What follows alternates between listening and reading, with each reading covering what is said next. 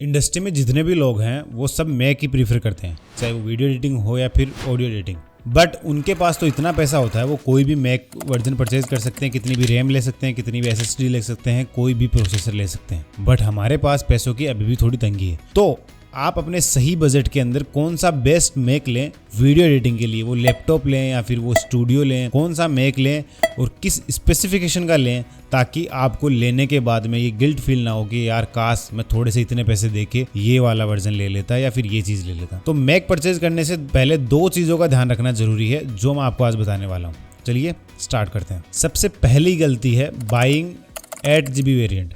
देखो, अगर आप कभी भी वीडियो एडिटिंग का सोच रहे हो तो आपको एटलीस्ट पता होना चाहिए कि आप जो सॉफ्टवेयर काम में लेने वाले हो वो कितना रैम यूज करने वाला है। तो अगर आप वीडियो एडिटिंग करते हो प्रीमियर प्रो में या दाविंची रिजॉल्व में, तो उनके लिए एटलीस्ट आपको 8GB रैम चाहिए। 8GB रैम चाहिए इसका मतलब तो ठीक है आप 8GB वाला वर्जन ले सकते हो, नहीं ऐसा नहीं है, क्योंकि वीडियो एडिटिंग के मामले में सिर्फ आप एक ही सॉफ्टवेयर यूज थोड़ी लोगे या फिर आप एक ही सॉफ्टवेयर एक टाइम पे रन नहीं करोगे ना। जब आप दाविंची रिजॉल्व यूज कर रहे हो तो वो 8GB रैम पूरी कंप्लीट वो ले गए। उसके बाद में अगर आप क्रोम खोलोगे, सफारी खोलोगे या फिर कोई और video editing audio editing software खोलोगे तो आपका पीसी लैग करने लग जाता है। और वहीं पे अगर आप फ्यूजन में काम करते हो या फिर आफ्टर इफेक्ट्स में काम करते हो तो उनके लिए लोवेस्ट मेमोरी जो नीड है वो 16GB है। हाँ, मैक के अंदर स्वैप मेमोरी का फीचर है। स्वैप मेमोरी एक्चुअल में क्या होता है अगर आपको पता नहीं है तो, आप अगर रैम ज्यादा यूज में ले रहे हो तो वो एसएसडी को रैम की तरह काम में ले लेता है और आपकी रैम को इंक्रीज कर देता है। बट ये सही तरीका नहीं है, क्योंकि अगर हम 8GB से 16GB रैम के ऊपर जाते हैं तो 8GB रैम बढ़ाने के ही हमें 20,000 रुपए देने पड़ते हैं। वहीं पे SSD के 256GB से 512GB जाने के भी 20,000 रुपए लगते हैं। तो इसका मतलब रैम और SSD की प्राइस में ह्यूज डिफरेंस है, तो उनकी क्वालिटी में और उनके काम करने के तरीके में भी ह्यूज डिफरेंस होगा। वो एक समटाइम्स यूज करने के लिए चीज है, ना कि आप हमेशा उस पर डिपेंड हो जाओगे। स्वैप मेमोरी है और 8GB वाला वेरिएंट एनफ रहेगा। दुनिया का कोई भी video editing software lowest RAM है वो 8GB कंज्यूम करता ही है, और वो लोवेस्ट है।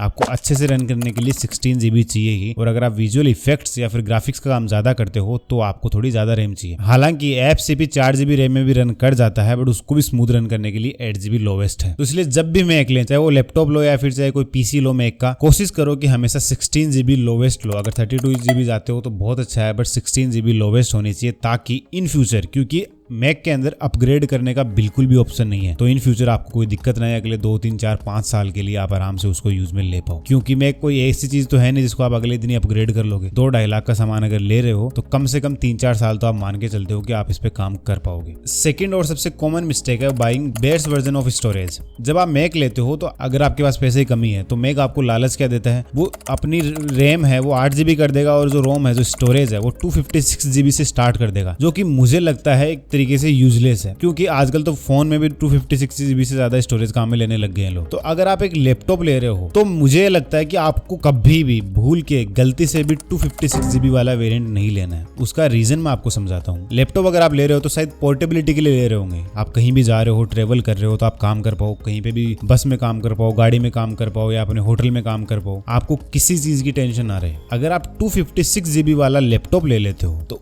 उसके बाद में आप बंध जाते हो, क्योंकि आपको हर टाइम कोई ना कोई डोंगल लगा के अपनी एसएसडी उससे कनेक्ट करनी पड़ेगी। अब जब पोर्टेबिलिटी की बात आ गई तो एसएसडी कनेक्ट करनी पड़ेगी, तो पोर्टेबिलिटी तो एकदम से खत्म हो चुकी है। तो अगर आपको लैपटॉप लेना है तो बेस्ट वेरिएंट कभी भी स्टोरेज का ना ले, कम से कम 512GB तो होना ही चाहिए, क्योंकि अगर आप एक वीडियो एडिटिंग के प्रोजेक्ट पे काम करते हो कम से कम 200 से 300GB का स्टोरेज होता है। एटलीस्ट आपके लैपटॉप के अंदर इतना स्टोरेज तो हो कि वो एक प्रोजेक्ट को तो कम से कम रख सके। 2-4 प्रोजेक्ट रखे वो तो अलग बात है, उसके लिए तो फिर हम आराम से बैठ के एसएसडी पे काम कर सकते हैं। बट अगर आप ट्रेवल कर रहे हो तो आपको हर एक टाइम एसएसडी की टेंशन ना रहे, और सम टाइम हम एसएसडी कैरी करना भूल जाते हैं तो फिर हमारा जो ट्रेवल है वो पूरा खराब हो जाता है, हमारे स्टोरेज की वजह से हमारी सारी प्रॉब्लम्स हो जाती हैं। तो इसलिए लैपटॉप लेने से पहले हमेशा कंसीडर करें कि 512GB ही एसएसडी लें। अगर 1TB ले सकते हो तो बहुत बहुत अच्छा है। बट अगर आप यहीं पे ले रहे हो, मैक मिनी ले रहे हो या मैक स्टूडियो ले रहे हो, मैक का कोई पीसी ले रहे हो, तो आपके पास पैसों की कमी है तो आप 256GB वेरिएंट ले सकते हो। अब मैं ऐसा क्यों बोल रहा हूँ, क्योंकि लैपटॉप में नहीं लेना और इसमें लेना है। क्योंकि जब आप मैक मिनी ले रहे हो या मैक स्टूडियो ले रहे हो तो उसका बेसिक सा मतलब ये है कि आप कहीं ना कहीं टेबल पे रखोगे, टेबल पे रखने के बाद कीबोर्ड अटैच करोगे, माउस अटैच करोगे, पावर केबल अटैच करोगे, हर चीज अटैच करोगे, तो आप एक एसएसडी और अटैच कर सकते हो। इसमें आपको ज्यादा बल्कि कुछ फील नहीं होगा। अगर आप कहीं पे कैरी कर रहे हो, सारा सामान ही कैरी कर रहे हो, तो एक छोटी सी एसएसडी कैरी करना भी बड़ी बात नहीं है। है, तो वहां पे आपको आप स्टोरेज सॉल्यूशन कम से कम आप 256 पे जा सकते हो, कोई इशू नहीं है। उसके अंदर आपके जो सॉफ्टवेयर वगैरह है वो इंस्टॉल हो जाएंगे और आप बाकी काम करने के लिए आप SSD पे कर सकते हो। तो अगर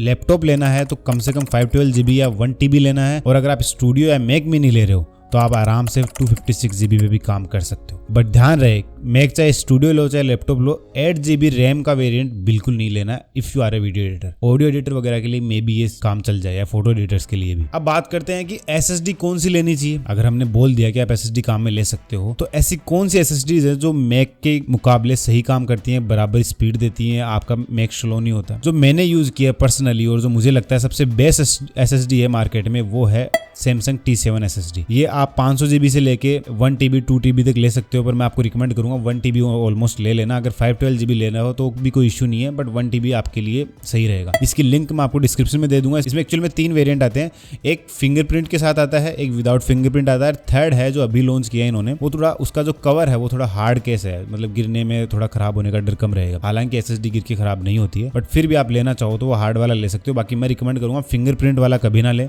क्योंकि इन फ्यूचर आपके SSD खराब ना हो, आपका फिंगरप्रिंट खराब हो सकता है, जिसकी वजह से आपका पूरा डेटा लॉक हो सकता है, परेशानी हो सकती है। तो वो चीज़ ना करें। आप आराम से बीच वाला जो SSD है, नॉर्मल वाला जो SSD है वो ले सकते हो। रेट भी सही है और आपको बेस्ट स्पीड देने वाला है। उसके बाद में आप स्टोरेज सॉल्यूशन के लिए आप SSD तो नहीं ले सकते हर चीज़ के लिए, तो अब मैं आपको रिकमेंड करूंगा कि आप उसके बाद में स्टोरेज बढ़ाने के लिए, अपना डाटा स्टोर करने के लिए हार्ड डिस्क भी ले सकते हो। हार्ड डिस्क में रिकमेंड करूंगा Seagate की। इसका पहला बेनिफिट ये है कि Seagate की हार्ड डिस्क सबसे कम क्रैशेज होती है, WD या फिर बाकी किसी भी और हार्ड डिस्क का क्रैश होने का जो रेशियो है वो ज़्यादा है Seagate के मुकाबले। प्लस में Seagate आपको 3 साल का रिकवरी ऑप्शन भी देता है फ्री ऑफ कॉस्ट, वारंटी तो साथ में है ही। तो उसकी भी लिंक मैं डिस्क्रिप्शन में दे दूंगा, आप वहां जाके भी बाय कर सकते हो जो भी हार्ड डिस्क अवेलेबल है। और रही बात, अब आप बात करो कि लैपटॉप लेना चाहिए फिर आप मैक मिनी या स्टूडियो लेना चाहिए। देखो सीधा सा बात है कि लैपटॉप हमेशा बैटरी पे काम करता है, उसको इस हिसाब से बनाया जाता है कि वो लेस पावर कंज्यूम करे। लेस पावर कंज्यूम करने की वजह से उसके अंदर हल्के चीजें लगाई जाती हैं, हल्का सामान डाला जाता है, तो उसकी स्पीड आज आपको हो सकता है स्कोर वगैरह के हिसाब से सब कुछ सेम ही लग रही हो, बट आने वाले 1-2 साल बाद में आपका लैपटॉप स्लो होगा डेफिनेटली, क्योंकि उसके अंदर जो पार्ट्स है उनको पावर कम मिलता है, वो थोड़े धीरे धीरे कम एफिशिएंट होने लग जाते हैं। हाँ, एप्पल के साथ ऐसा सीन थोड़ा कम है, ऐसा